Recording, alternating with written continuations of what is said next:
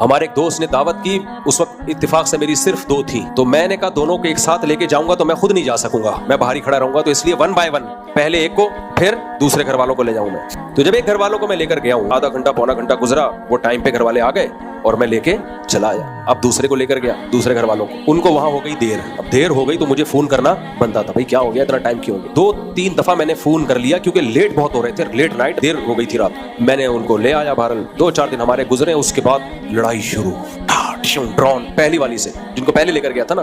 آپ کے دل میں میری کوئی ویلیو نہیں ہے۔ کیوں ویلیو نہیں ہے؟ میں گھر کا کرایہ دے رہا ہوں، بچوں کی فیسیں دے رہا ہوں، ٹائم دے رہا ہوں، اور ویلیو کسے کہتے ہیں نا۔ اب اچھا، خواتین کی عادت ہوتی ہے اصل بات نہیں بتاتی ہیں، شروع میں یہ سیاستیں چل رہی ہوتی ہیں۔ جب اس کی ڈیپ میں گیا تو پتہ یہ چلا کہ جنہوں نے گھر میں دعوت کی تھی نا عقیقے کی، ان کی خواتین کا کہیں بعد میں رابطہ ہوا پہلے گھر والوں سے، اور ان کی خواتین نے ہمارے پہلے گھر والوں کو کہا کہ جب آپ آ کے بیٹھی تھی مفتی صاحب کا ایک فون بھی نہیں آیا، جب دوسری آئی تھی کم سے کم 5-6 کالیں کی ہیں، اتنی فکر ہے۔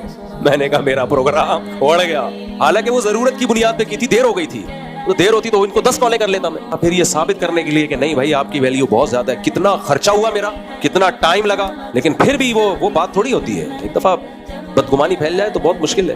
مجھے خیال ہوا جن کے گھر گئے تھے ان کو کیا ضرورت تھی بتانے کی کہ اتنی کالیں اور اتنی کالیں اور ایسا ہوا، کیا ضرورت تھی یار؟